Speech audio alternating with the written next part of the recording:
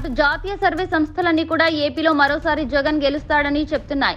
Times now నుంచి మొదలు పెడితే జాతీయ పలు సర్వే సంస్థలు జగన్ కు మెజార్టీ ఎంపీ సీట్లు వస్తాయని, వచ్చేసారి జగన్దే గెలుపు అంటున్నారు. ఇక కొన్ని లోకల్ సంస్థలు మాత్రం వచ్చేసారి ఏపీలో టీడీపీ గెలుస్తాయని చెప్తున్నా వాటి విశ్వసనీయత పల్స్ అంతగా సరిపోవడం లేదు. ఇటీవల జన్మత్ పోల్స్ అనే సర్వే ఏజెన్సీ రాష్ట్ర వ్యాప్తంగా ప్రజాభిప్రాయాన్ని సేకరించింది.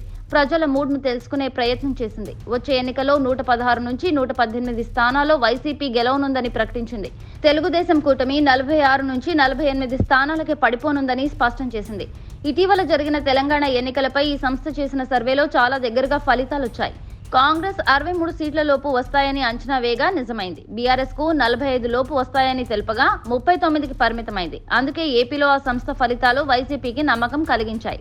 ఇప్పుడు మరో సర్వే సంస్థ ప్రీ పోల్ నిర్వహించింది. ఈ సర్వే ఫలితాలను ప్రకటించింది. ఆంధ్రప్రదేశ్లో అసెంబ్లీ సీట్లపై నిర్వహించిన ఈ సర్వే ఫలితాలు చూస్తే ఇప్పటికిప్పుడు ఎన్నికలు జరిగితే ఎవరికెన్ని సీట్లు అంటే వైసీపీకి 115, TDP plus Janasena 60, BJP 0, Congress 0. ఇక ఏ పార్టీకి ఎంత ఓటు శాతం అంటే వైసీపీకి 48%, TDP plus Janasena 44%, BJP 1.5%, Congress 1.5%, ఇతరులు 5%. ఇక లోక్సభ సీట్ల విషయానికి వస్తే ఇప్పటికిప్పుడు ఎన్నికలు జరిగితే ఏపీలో సీట్లు ఎవరికెన్ని అంటే వైసీపీకి 18 ఎంపీ సీట్లు, టీడీపీ ప్లస్ జనసేనకు 7 సీట్లు, బీజేపీ 0, కాంగ్రెస్ 0. లోక్సభ ఎన్నికల ఓట్ షేర్ చూస్తే వైసీపీకి 48.5%, టీడీపీ ప్లస్ జనసేనకు 45%, బీజేపీ 2%, కాంగ్రెస్ 2%, ఇతరులు 2.5%.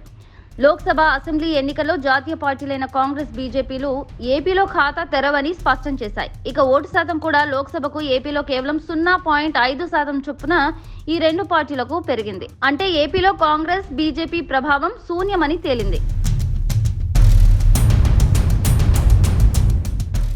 Subscribe to Social TV Telugu for more videos. Hit the bell icon for faster updates.